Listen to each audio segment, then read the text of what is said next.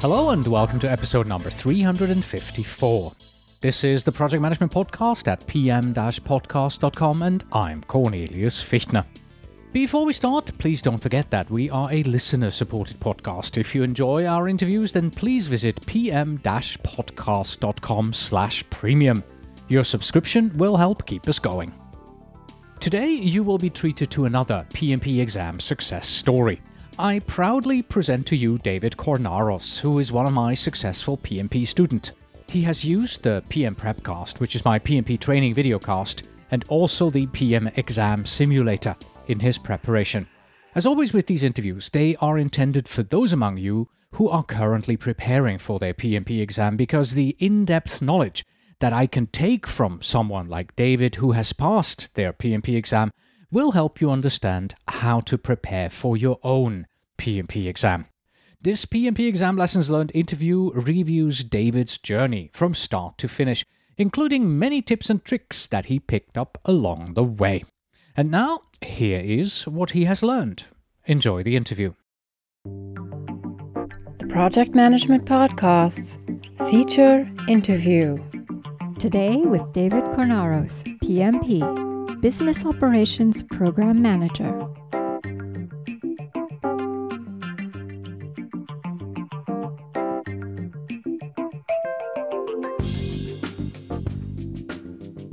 Hello, David, and welcome. Hi, Cornelius. How are you? I'm very well, thank you. It's quite warm here in Southern California. As it is in Northern. Well, congratulations on passing your PMP exam. Thank you very much. I appreciate it. Yeah, you did the impossible, okay? So let me explain this for our listeners. When you take the PMP exam, you don't just get pass or fail. PMI gives you a little bit more information. So the exam is divided up into the 5 domains: initiating, planning, executing, monitoring, controlling, and closing. And for each of those domains, you get a proficiency level. You are either proficient, you're moderately proficient, and you are below proficient. And oftentimes when you read lessons learned, people say, oh, I had 3 Ps, 3 times proficient, and 1 times MP, moderately proficient. But no, David goes and he's got 5 Ps. He's got 5 proficients. How did you do that? It's a great question, because honestly, I would have been perfectly satisfied with just passing, because I had learned of the PMP certification and PMI just 6 months before I took the exam. All right. A friend of mine turned me onto it, and I started researching it in this summer, July, August timeframe. Realized I may have the necessary hours to become certified, and I have an opportunity here to add a certification to my professional experience, because I really didn't want to invest 2 years of my life in an MBA. But I knew if I can give this a real go and invest heavily for a couple months, I think I can do this. So I spent the month of September just doing some research, the month of October, really looking at my professional experience, and realized I do in fact have the hours. So I invested all of November and December into studying, and I was so thankful that for the work holidays that come in those 2 months, because I was able to really push through, and in that 8-week to 9-week period, and about 250 hours of studying, get those 5 Ps. Now, frankly, while I took the test, I was not very confident that I was even going to pass, believe it or not. So you didn't think it was an easy test then? You thought that it was really difficult, and you still got the 5 Ps? I thought it was very difficult. The first hour, I only got 30 questions done. And having taken the Prepcast simulator test, I knew I need to be focused on getting 50 questions per hour. That's going to get me the 200 in the 4-hour period. I took no breaks at all, because I knew I was going to be behind if I didn't really push through it. So while I was taking the exam, I was hitting questions that were not very wordy. They didn't take a long time to read, but they really forced you to think. And the answers were pretty much what I was expecting. I would either hit one, see 1 or 2 that were obviously wrong, and either 2 or 3 that could be right answers, but as we all know, we had to pick the best one. And I wasn't sure if I was picking the best one on many of those situational questions. So I wasn't confident that I was going to pass until I finished that survey and that the results popped up. Wow. And I was shocked to see 5 proficients. I was shocked. All right. Let's go all the way back to the beginning. Sure. Right? August. You learned about PMI only back then. So you would call yourself, therefore, an accidental project manager. You didn't even know you were a project manager. Yes, I had done, based on the PMI's description of project management, I had no idea that I had led a number of projects, but they were back, years ago. And that was my biggest concern, was how far can I go back? And so I contacted the PMI, and I said, how far can I go back? They said 8 years. I said, great. So I started looking through 8 years worth of work emails. And that took me almost a month just to document what have I done and what projects have I worked on. And thank God I kept all that stuff, because it allowed me to go back and search every single project I worked on and how long and when did it start and when did it end and what role did I have. And that allowed me to start building my application, if you will, although I did not enter it all at once. I entered it into a spreadsheet first. That indicates to me that your role, obviously your job description didn't say project manager, your business card didn't say project manager. What did you write in your application? What title did you give yourself? Well, I wrote my current title, which is a senior account executive. Okay. I have a tech sales background. Most of my career has been either focused on high-tech sales and partner management or business operations. And now I would characterize it as business operations / project management, although my role was more of an executive administrator in a nonprofit.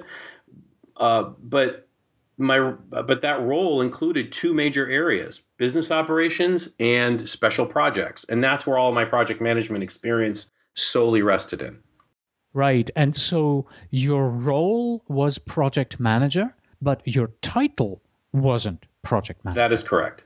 In fact, you didn't even know you were the project manager. Not as per the definition of PMI. That is correct. Okay. And then a friend put you on to PMI and the PMP. How did that come about? And why did you then choose, okay, this is something that I should be doing? Well, I like to network with folks, and I have a couple of close friends, and I'm always looking out in the market to what professional development certifications and additional knowledge can I gain that would add value to my career progression. And so I was meeting with a friend of mine, actually, who is an IT director, and he told me, one thing that's really hot right now in the marketplace is the PMP. And I said, what's that? He said, oh, that's the project management certification. You really should look into that. He goes, I wouldn't doubt that you probably have the hours necessary to do it. And I said, well, I don't have any IT. I mean, I have some IT project management experience, but most of it is in the nonprofit sector. He says, I don't think that matters from the oversight organization. I think you really should look into it. And so I took it seriously, just started researching it and realized, oh, it's not just about IT project management. It's about all kinds of project management, regardless of the domain expertise. Yeah, in the very early days, project management meetings from PMI were actually dominated by construction project managers. So when you went to a PMI meeting and you were an IT project manager in the very early days, you were the odd one out. And nowadays, if you are a construction project manager and you go to a PMI meeting, you're the odd one out because so many more industries are using project management these days. All right. And then you decided, okay, I want to go ahead and I'm going to apply. How did you decide to study? Well, I first started doing what I do with almost everything, a Google search. I just typed PMP into Google, and I hit upon this this website from Edward Chung at edward-designer.com. And he had some very helpful information that helped organize my thoughts, because when you look at the PMI website and when you're, I would get a ton of spam emails, get PMP certified. And I thought, okay, I don't know what the heck that is, but let me find people who've done it and understand what is entailed in getting PMP certified. How long is it going to take? What's the investment of time? Because I have a family, I have a job. I want to make sure that this is something, if I'm going to invest in, that I can be successful at it. So I looked at his website, and he broke it down in very logical areas. First, here's what the application looks like. Here's what you really should focus on doing. And he broke it down into pieces. So I took a month to fill out a spreadsheet that I downloaded from his website, and I modified it for my own purposes to be a kind of a staging area for the 30 or so projects I ended up entering into the PMI application. And that took me just having to go through, I mentioned my past emails and my entire work history on projects, and then typing up the descriptions of, I think it's the 300 character or 500 character maximum descriptions of every project. That took quite a bit of time. It took me several weeks working weekends and a couple of weeknights every week to do it, and to ensure that I didn't go over the prescribed 40-hour per week limit in my monthly allotment. Because I know during my time as a project manager, I worked way more than 40 hours a week, but I could only claim 40 hours a week. Yeah, that's pretty much the recommendation, because in an ideal world, we don't do overtime. Right. We manage our projects in such a way that overtime isn't necessary. Right. But, that's the ideal world that PMI would like everybody to live in. And frankly, I would love to live in a world like that. So I'm full in support of this. What kind of books did you get? I didn't have a whole lot of time to research. So because most of my experience was in that 8-year window and before, I knew every month that goes by is another month where I'm losing about 173 hours a week of verifiable experience. And and I was right at that 4,500 hour limit because I had a bachelor's degree already. So I knew if I wait another month or two, I may not be able to apply at all. So I don't have a lot of time. So I looked at Edward's website. I did a couple of other Google searches, and I knew I needed to focus on just a few pieces of material. And so I rested on, I think it was 3 things. Obviously, the PMBOK guide. And then Edward turned me on to the PM Prepcast. Thank you. And yeah, you're very welcome. And the exam simulator. And you had a special running at the time. And I thought, okay, this is great, because I've heard a lot of people talk about how important it is to be running simulation tests. And then I also got Rita Mulcahy's book. And I bought Andrew Crow's, but I didn't end up using it much. Okay. Personal preference, or why didn't you use Andy's book all that much?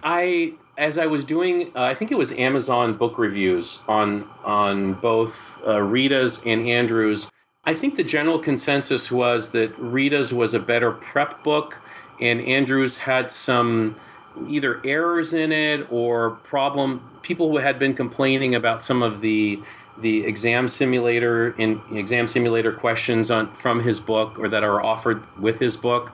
And so I had to make an executive decision at that point what I was going to commit to. And Rita's just generally got higher marks, and I'm glad I made that choice. I mean, maybe Andrew's would have been great, but I didn't invest much time in it. So I just chose the PMBOK, the Prepcast, and Rita's because I knew I had a limited amount of time. Okay. And just to make it absolutely clear, I have no personal preference in regards to the books here, and the information that you have found about Andy's book, I cannot comment on that. I really don't know much about the latest versions of the books. There's so much out there. It's almost impossible, even if you are in the business, reading all the prep books and knowing what the quality is in depth of each of the books out there. That's true, and I can't make any. I'm only telling you what I remember reading online. Right. When I was actually reading through Andrew's book, I found it to be very helpful for the 1 or 2 chapters I did read, and I use it as a reference. What study style did you take, and what study approach did you take, rather, Was it, I'm studying on the weekends? Did you study every day? Did you read first and then, switch between PMBOK Guide and Rita's book? What was your approach? I had to be very structured in my approach, because I knew I wanted to get through the PMBOK, through all the PrepCast videos, and through all of Rita's book in the months of November and December. And that meant that I had to be very structured in my study approach. So I created a spreadsheet in Excel where I listed every chapter of the PMBOK, and I actually looked through my iTunes folder for how many hours of listening there would be for every single one of your PrepCast videos and audios. And I put those into a spreadsheet and determined I need to study X number of hours every day minimum between November 1st and December 27th, which was the end of my studying prior leading into an entire week of simulation tests. And it told me, here's what you need to do every day. So I was able to track, I need to complete these 2 chapters today, these 2 chapters tomorrow. And so I started with just listening to the PrepCast and then listening to or watching an entire module, let's say an entire chapter, like stakeholder management, and then reading the same chapter in the PMBOK guide. But I found that I could do it a whole lot faster if I just had the PMBOK guide open, because your audios follow the guide very, very closely. And with the exception of some of the more challenging sections of the PMBOK, like critical path method. Yeah, where we have to explain something really in depth and we bring in our own examples and all that. Exactly. That added. And when you said you listened to them, the PrepCast is video. So were you watching the videos or were you just using the audio? I did both. I actually I watched the videos and I had the PMBOK guide open right below my screen. And I followed page by page, and anytime I felt like I was falling behind on the PMBOK guide, I actually stopped the video, went back, read that section, highlighted anything I felt like I didn't understood or needed more clarification through online searches or other guides, and then I just moved on. And I did that chapter after chapter. So it took me 1 month to go through the entire PMBOK guide and all of your videos. And since you kept such good records, how much time did you spend in total? In terms of number of hours, I would say about 250 or so. For those 8 weeks that I was intensely studying, I studied every weeknight after work, 3 hours a night, and then every weekend, Saturday and Sunday, would be anywhere from 6 to 8 hours. And I was finding that after 7 hours, my mind was just mush. So I'm a strong proponent of line upon line, precept upon precept. You just do a little a day, every day, because if you're planning on cramming for this exam, you won't make it. You won't remember it all. You can't, even if you take 2 solid weeks and you study, 10, 11 hours a day, you just cannot, after a certain number of hours, you can't retain what you're learning. What about exam simulation? How did that fit in? That was the one thing I wish I would have had the time to do earlier. Had I done it, had I had the opportunity to do it over again, I would have, studied earlier and then taken a couple of exam simulator tests, maybe for those chapters, and then maybe larger number of question blocks during the weekends. But I was worried that I'm not going to get through all the material I want to get to. So I only took simulators the very last week. Oh. Yeah. The only question. Okay, so you studied first, yes, front loading. Yes. And then you took all your simulation exams. Yes. While during my studying, the only questions I answered were the questions from the chapter questions at the end of each PrepCast chapter. And and Rita also has the same, yes. And if I found that I scored below 70% on any chapter, then I would open up Andrew's book and read that chapter and take his questions. Okay. So I only had to do that for 1 chapter, thankfully. It kind of motivated me to really focus on what I was doing. But I didn't start the simulator tests until the week, about, I'd say 9 days before my actual exam. Wow. Okay. And what were those 9 days like for you? I really took the advice in your materials very, very seriously because I knew I've got a week to do this. I want to be really prepared. So every morning I would wake up and I would do my brain dump right away, Mm-hmm.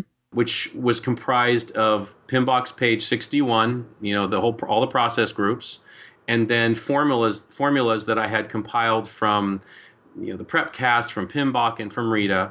I got it all to fit on one page, and I practiced it actually the week before and the 2 weeks before the exam.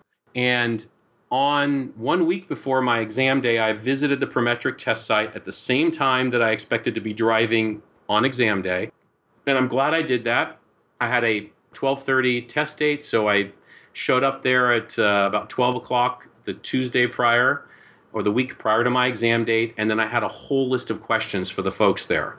I wish that they had an FAQ, because I had like 20 questions for the guy, and they were very, very kind in answering them for me, but I got all my questions answered, and then every day around, I ended up taking a couple of days off work that week, but I would spend the afternoon 4 solid hours on the exam. Then I would take about an hour break. And then after dinner, I would review every question that I could. I couldn't go through every one. So I started with my wrong answers, knowing that I had answered them incorrectly. And then I also reviewed as many as I could the correct answers, because some of the answers that I got correct, I got them accidentally. And I don't want to get, I didn't want to get questions accidentally correct on the PMP exam. I really wanted to understand, why did I get this answer correct?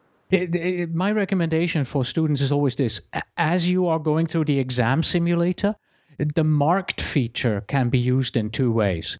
The first way is to really mark those questions where you are not sure, and you need to come back later and review it again. And the second one is mark them if you guess, so that at the end of the exam, you see, these are the 12 ones that I left marked because I guessed. And now you can go through and you could go, okay, I had 6 correct, but I guessed. So let me work on those and let me learn why I happen to simply have guessed the right answer. Oh, that's a great. But don't do that in the real exam. That's when you're taking the real exam. Only use the marked feature for, I need to review this one more time before I click the end exam button. Right. Did you feel stressed during your actual exam? I mean, you spent several days now getting ready, taking sample exams, getting the pace for yourself set and learning how to take these 200 questions in 4 hours. Did you still feel stressed because you only had such a short time in, practicing the exam? I was fairly confident going into the exam room, sitting down, getting ready to take the exam, because I was scoring mid to high 80s on every test I had taken, except for the ITTOs was low 80s on the PrepCast simulator test. So I was fairly confident I'm ready, because everything I had read is, hey, if you're scoring 80% or above on every test that you're taking, you're probably ready.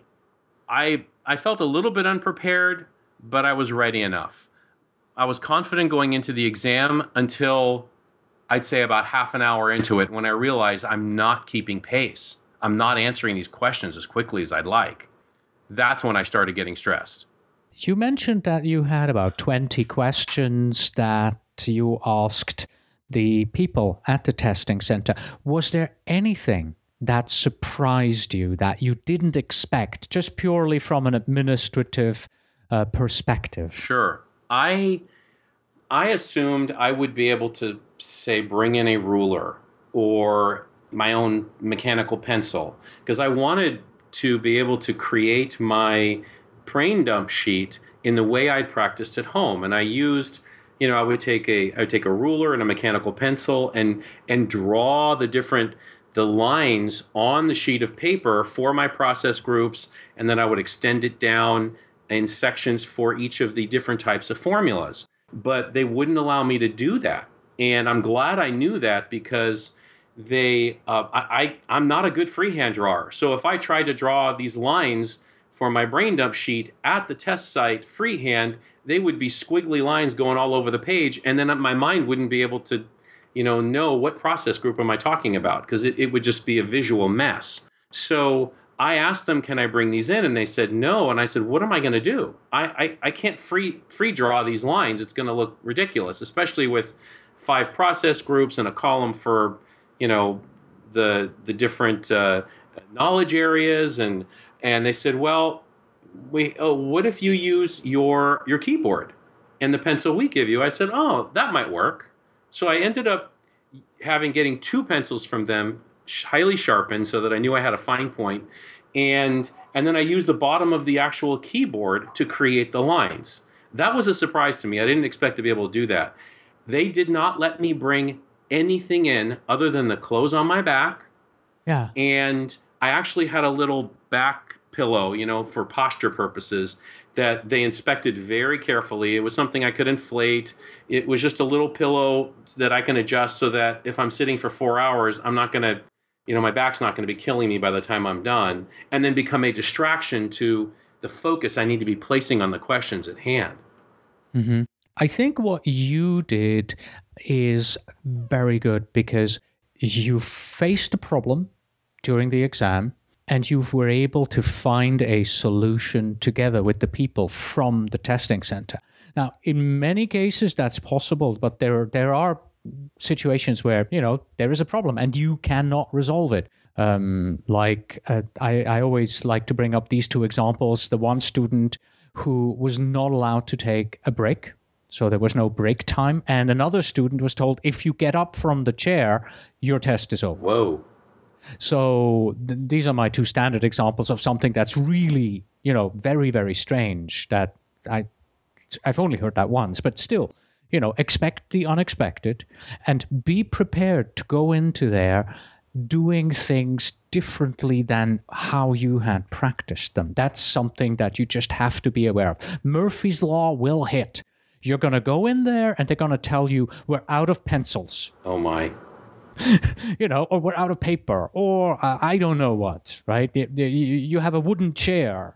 The most important thing at that time is for you to make a decision and say, okay, can I take the exam under these circumstances? In 90% of the time you can. But if it's something that you got to go, no, you have an infrastructure problem, right? You don't have a chair for me. I cannot take the exam without a chair. I demand that you reschedule my exam. I'm not going to do it, right? Or something like that. Sure. But in most cases, you just need to work with them. You need to work with yourself, and you need to change your mindset and go, it's not important that I don't have a ruler. I can work around that somehow, right? Because the most important thing is I need to pass the exam. Right. And the advantage of going there a week early, it enabled me to get over all the mental hurdles of, my expectations not being realized.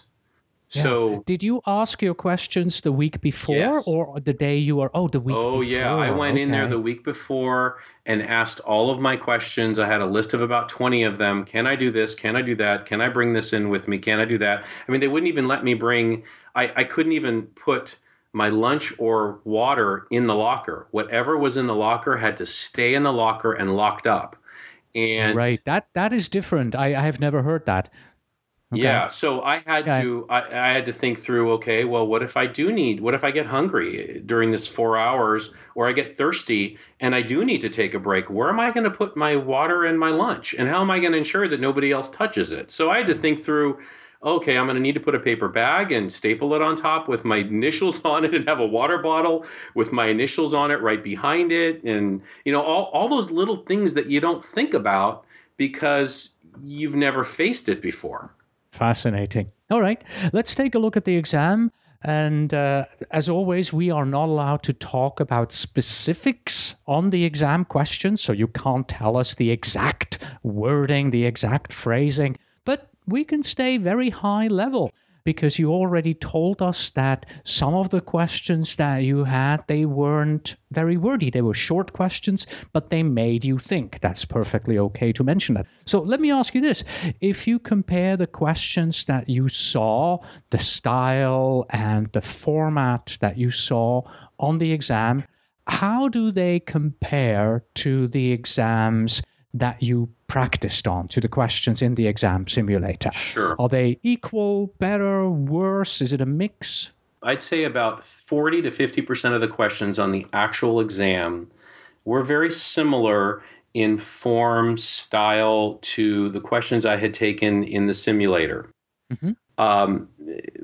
But that did not apply to many of the situational questions. I found that the majority of situational questions on the exam, as I noted, were shorter in length and, in my opinion, required you to make some assumptions or read into it. And some of the answers almost seemed unrelated to the question until I started looking at the question more carefully and realizing, oh, that answer might apply.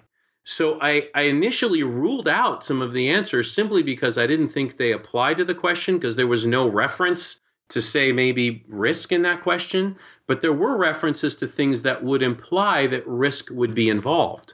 So that's the kind of stuff that was challenging for me. The questions that required calculations, which were few and far between, were very straightforward.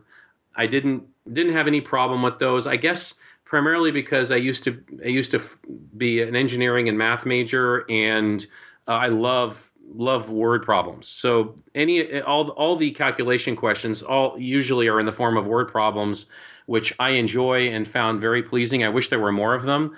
I honestly only remember offhand maybe 15% of them or 20% of them requiring any form of calculation whatsoever.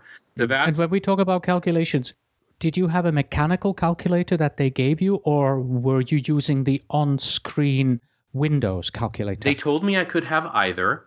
Okay. At this Prometric site, they had the Windows calculator, but as I was doing my practice tests at home with the Windows calculator, I just found that I'd be clicking the wrong numbers, and it wasn't quite as exact.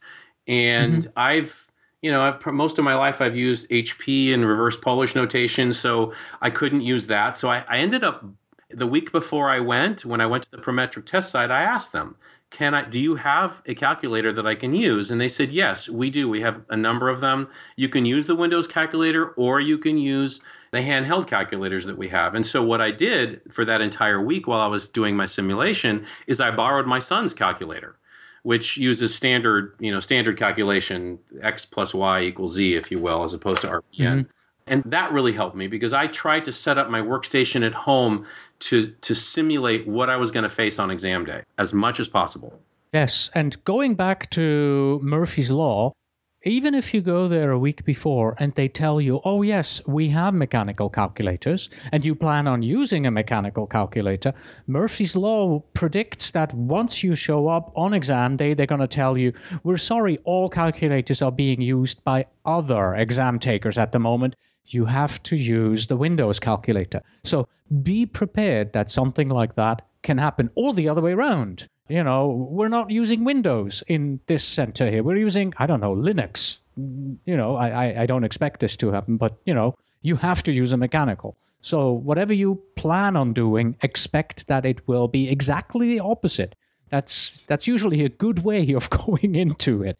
Just expecting the worst. Yeah, I'd recommend to your students and future listeners of this podcast that if they are going to utilize the calculator on the Windows screen, try it both ways. Try using your mouse to click on the numbers, and try using the numeric keys on the keyboard, and find out the one that's easiest for you and get you the most accurate response. Because I found clicking on the soft calculator was not very effective for me.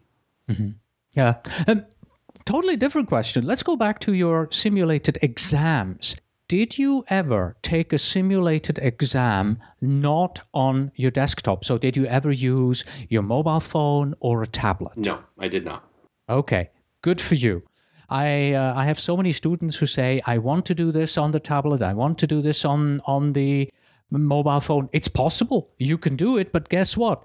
In the exam testing center, you're going to be sitting in front of a screen, you have a keyboard, you're on a chair, you have a mouse. That's how you have to practice. Yeah. Yeah. And now you just got me thinking about one other study tool that I used. There was an iOS app that I found in the Apple Store for ITTOs that allowed you it would throw all these ITTOs up in all different in under the input category, the tools and techniques, and the outputs, and then you had to sort them and put them in the right place, and then do a quick check to see if you'd gotten it right. So in addition to taking the Prepcast with me everywhere, I took that with me everywhere. And anytime I had a couple moments, a minute waiting in line, or if I was at a very long traffic light, I would pull out my phone and just start playing that game. I used every minute I could to just immerse myself in PMP knowledge. Mm-hmm. Did you have the Prepcast on your iPhone as well? I did. Okay, so you were able to just plug it in and watch and listen wherever you were as well? Yeah, I did. And sometimes when we would my family and I would take drives, I wouldn't be able to watch the video, but I would just listen to it. I'd turn it on, I'd be driving and just listening to the audio. Wait, you subjected your family on family drives that they had to listen together with you to PMP Prep? No, I had it on my iPhone on my headphones. But I have to admit, when I was listening in my home office, they would walk into my room every single time and listen and go, "Who is that guy?" Yeah, that's almost torture when you do that to your family. Yeah. Yep. I actually had a student of mine, she wrote and said that her son knows me as well because when she took him to school, she was listening to the Prepcast on the way to and from. Yes. You already mentioned that there weren't as many calculations as you had hoped. So let's take a look at that a little bit closer here. Was there anything else that you'd say, you know what, this topic, I wouldn't have needed to study it so hard? The ITTOs. The ITTOs. Yeah. Okay. I know when I was researching online and started doing my preparation for my study plan, I had seen a lot of people talk about, studying for the ITTOs and what's the best way to do it. There was a lot of disagreement. And so I decided to not memorize the ITTOs, but to try and understand how do things flow? Like, how do deliverables and change requests and work performance data move through the different processes, and how do they morph into, like work performance data morphing into work performance information and reports, and then looking at the performance domains. And at page 61 of the PMBOK guide, I would look at change requests and then I put my finger on it. It goes from here and then it goes to there. And I started noticing patterns. I noticed, for instance, that project document updates are an output of every monitoring controlling process. And so every time I saw something like that, I just make a note of it. I type it into a text file. And that's when I really started to understand how the processes flow in and out of one another. So instead of memorizing the ITTOs, I did my best to try and understand them. And then the other key thing I did was the only thing I memorized on those was what is the one or two key outputs of every process. So that, because those end up becoming the inputs to something else, right? And that really helped me, because when it came test time, there were a couple of ITTO questions. I'd say maybe out of the 200, there were 6 or 7. That enabled me to answer those very easily. But I didn't memorize any of the ITTOs from my perspective. On the other side of the coin, was there anything that you say, ooh, I wish I had studied this more? Okay, you got 5 Ps, so you're at the top level already with your result. But was there anything that you say, should have studied this more? The only thing I really didn't have time to study that I really wish I would have was the glossary, believe it or not. Of the PMBOK guide. That was the only thing I didn't get to, but I figured I had gone through the whole book very carefully, and I did reference back to it whenever I had a question. Most of what I wanted to study, I did. If I had an opportunity and I had more time, I would have liked to have gone through Andrew Crow's book just to add another perspective. I think what really helped me was adding Rita's material on top of yours and the PMBOK guide really solidified my understanding of how this, how project management from a PMI perspective really is intended to work.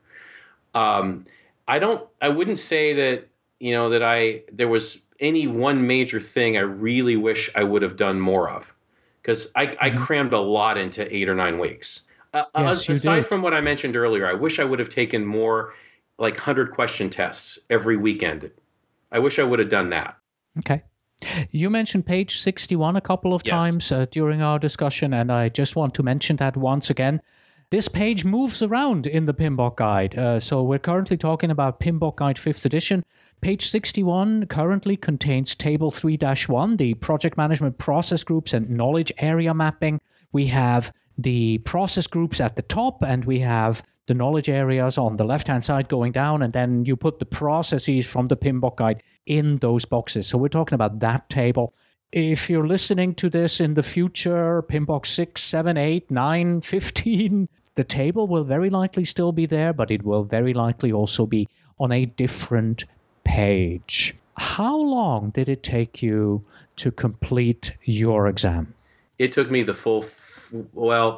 200 questions took me 3 hours and 45 minutes. So I had 15 minutes left to review the 20 or so answers I had marked. You had 20 questions marked? About, yeah, 15 to 20. Okay. Why did you mark them? Were you not sure? Were those difficult questions that you had known from previously? Oh, I have trouble with these. Yeah, I think the first 10 or 15 questions got me anxious, because I noticed that the situational questions were much harder than I expected, and shorter in length, and didn't give all the information that I had come to expect because of my simulation tests. So it threw me off a bit, frankly. And after the first hour, when I had only completed 30 questions, I thought, I'm going to need to start moving through this very quickly. So I had those first 30 questions, I think I had tagged maybe 8 of them. So about half or 40% of the marked questions were in the first 30. And then the remainder, the last 170 questions, I had only tagged another 8. So I think it was maybe anxiousness and a little nervousness that, gosh, this test is harder or different than I expected and that I had practiced. But once I started getting into it and realizing the flow of how these questions are working, I marked fewer and fewer of them. And it was mostly the situational questions I'd marked. I didn't mark any of the calculations, none of the ITTOs, none of the definition questions. It was all situational. Those were the hardest ones. And then after I started really catching up, and in fact, picked up the pace to the point where by the 3rd hour I was on target, and by the 4th hour I finished 15 minutes early, which gave me the time to go back and review maybe half of the ones I'd marked. And I ended up only changing, as I recall, maybe 1 or 2 answers. That was one key thing I learned from the simulator, which was golden. When I took the simulation tests, I noted how many questions I changed before I got the results, and how many of those that I changed I got wrong. It was a high percentage. So the first answer was the correct one. When I changed an answer, I usually got it wrong. And I found that to be the case about 2/3 of the time. So that changed the way I was taking the simulation test. I realized, you know what, my first answer is probably the right one. So I'm not going to change the question unless I am sure. And then I started getting much higher scores. How nervous were you when you clicked the end exam button? It was a mixture of relief and slightly being a little terrified, because I had put so much time into this, and my family had really invested so much in freeing me up to do this that I didn't want to have to do it again. So I was scared, that I wasn't going to pass. And then I had to go through that excruciating 9-question survey. It wasn't hard, but in the moment, it's excruciating. And then when I finally hit submit on that survey, the answer instantly came back. Mm-hmm. Do they force you to take the survey? Yeah, you have to take the survey. You have to take the survey. The survey, and you have to go through the tutorial in the beginning. Although the tutorial at the beginning is just like, it's like maybe 10 PowerPoint slides that you could skim through and read within 3 minutes, and then take the other 12 minutes to create your brain dump sheet. But when that 15 minutes at the beginning is over, that test starts. You don't have an unlimited amount of time there. You have 15 minutes and that's it. But at the end, the survey took 2 minutes, maybe 3 minutes for me to answer, but it seemed like the longest 3 minutes of my life. I believe you. Okay, so you get up, you walk out, you go to the proctors. What happens? How did they check you out? Well, what was funny to me is that when I finished the test at around 5, I started at 12:30, and by the time I was done, it was about 5 o'clock in the evening. There was nobody else in the exam room. I was the only person there. and the room was packed when I got there. And the funny thing was, I never noticed one person leaving. I was so focused on my screen and on the questions, I never even noticed anything else around me. And I did put some earplugs in, although it was very quiet in the room. I could hear. Did they provide the earplugs? Did you bring them? I brought my own. That was one thing that they told me I could bring in, were earplugs. But they did provide headphones that I could put on that were on the divider. But those things put so much pressure on my head. They almost felt like the kind of headphones you put on when you're going to a gun range. They put so much pressure on my head, they were giving me a headache. So I just, I ended up opting for my own earplugs. And they were great because it just blocked out all noise. I noticed nobody leaving, coming and going and leaving, which was fantastic. It helped me focus. But when I was done, so relieved, walked out to the proctor, and I asked for my certificate, my results, as I had been, deftly instructed. And so they printed out my results, and she stamped it and signed it. And I handed in all, my calculator and my pencil and any whatever I had brought in there with me that they provided. And and then I walked out of the lobby into the hallway and breathed a huge sigh of relief and ate my sandwich that I hadn't touched. I hadn't eaten. I didn't go to the bathroom. I didn't drink any water for 4 solid hours. Nothing. No breaks. Right. And I assume a few days later you went to the PMI website to check if you are in the online registry. How long did it take them to get you listed? That's a good question. I didn't even really check. Within 3 weeks, they sent me the formal certificate. I believe I got an email within 5 days, 3 or 4 days. I got an email saying, "Congratulations, you're certified." But at that point, I knew I passed the test and I had the proof, and that's all I really cared about.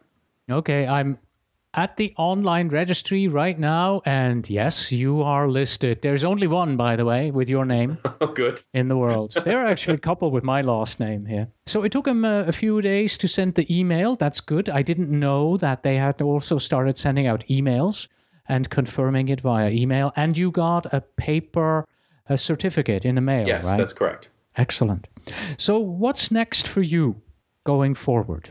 Well, I just got certified on January 5th, which is about a month ago. So, but between then and now, I also got Scrum Master certified, which I saw was one of your professional certifications, and it's somewhat easier, isn't it? Yeah, I would say so. 2-day training in an open book test online. I'd say that was considerably easier. I honestly have never taken any exam like the PMP before. I mean, you had talked about most of the folks that were at PMI meetings were mostly construction. I actually have a contractor's license, a painting contractor's license. So I took that exam when I was in my early 20s, and that was the hardest exam I had taken to date. I'd say now that doesn't even compare to the PMP. I put so much more value in a PMP certification now that I took the test, just because I know what it took to get it. It was a significant accomplishment for me, And whether I'm going to be using it in the near future, I don't know. But I know I've talked to people since and posted my lessons learned online. Some folks have said, hey, the PMP added so much more value to my career progression than even my MBA did, which took me a year and a half to 2 years to obtain. The PMP's opened more doors for me than even that. So I'm actually looking forward to the kind of doors that may open up for me because of the investment of time and that certification. Mm-hmm. Before our interview, you asked me about PDUs, and I just realized that since you went to a 2-day training for the Certified Scrum Master, you already earned PDUs for that. Are you aware of that? I did. And I was good. very intentional about making sure that the Agile certificate or the Agile class I took was listed on the PMI website as crediting PDUs. So yeah, I was able to get my Scrum Master certification and get 14 PDUs in the process. Out of it, yeah, yes. And by the way, that is actually not a requirement. So even if you had taken your Scrum Master class from an organization that is not accredited by PMI, it would still count. Oh, good to know. Yeah, that's because there are only about 3,000 registered education providers with PMI, but there are millions out there who still do training, and they do training in project management, and it's good training. And PMI doesn't say you can only claim PDUs if they are registered with us.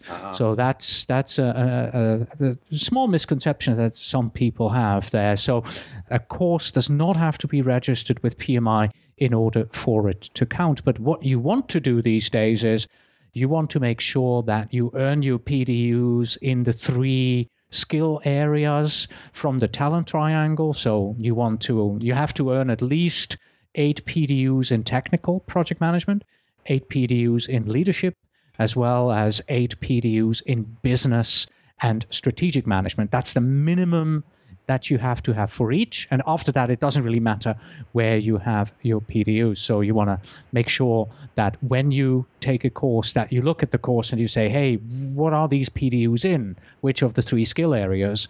Tell me before I sign up. Yeah. And that's good, because I had that same misconception that okay. only the ones I saw on the PMI website. I ended up choosing one of them, and I was very, very satisfied with my experience. Excellent. Since you're new to PMI, have you been to a PMI dinner meeting since you started this journey? I have not, but I am registered for the new member orientation and my local chapter dinner meeting tomorrow evening. Oh, congratulations. I can tell you from personal experience, joining my local PMI chapter, becoming involved with the chapter, going from simple volunteer, taking tickets at a venue at the door, all the way up to president of the chapter. It has opened doors. It's just incredible what I've been able to do with my career just because I've been volunteering in my local PMI chapter. Great. I'm looking forward to it myself. All right.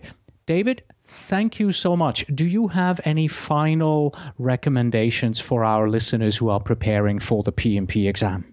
I would say the only thing I would add is give yourself the time necessary to study. And if you do have a family, get their buy-in, because I've got a wife and 3 teenage kids, and it takes a toll on the family when mom or dad, whoever's taking the exam, can't be available. So I made sure that my lovely wife was completely bought in. We made the decision together that this was something I was going to go after, and because it is a big investment of time. Even though I did it in a highly concentrated fashion, not having dad truly available for almost 3 months is tough. It's tough on a family.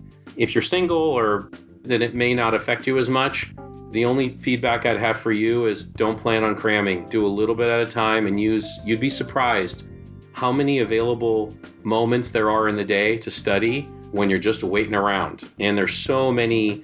You may not be able to carry a book with you everywhere you go. I did. I carried my Rita's book everywhere in the PMBOK almost everywhere I went. But when I couldn't, I had I had the Prepcast on my phone. I had a little iOS app, and every available moment was spent studying. And I think it really added that little bit of knowledge. Just help me answer a couple more questions right. Who knows? That could have been the difference between 3 Ps and 5 Ps, for all I know. David, thank you so much, and enjoy the new member orientation tomorrow evening. Thank you, sir. It's been an honor. And that was our interview with David Kornaros and his lessons learned on becoming PMP certified. If you too are a project manager who wants to become PMP certified, then the easiest way to do so is with our sister podcast, the PM Prepcast, and study for the exam by watching the in-depth exam prep video training from pmprepcast.com. And that's it. Thank you very much for listening. As always, you can find us on the web at pm-podcast.com. Please send your emails to info@pm-podcast.com, and when you write, please tell me where in the world you are writing from. And finally, we have this. Project managers, under pressure, do not think faster. Until next time.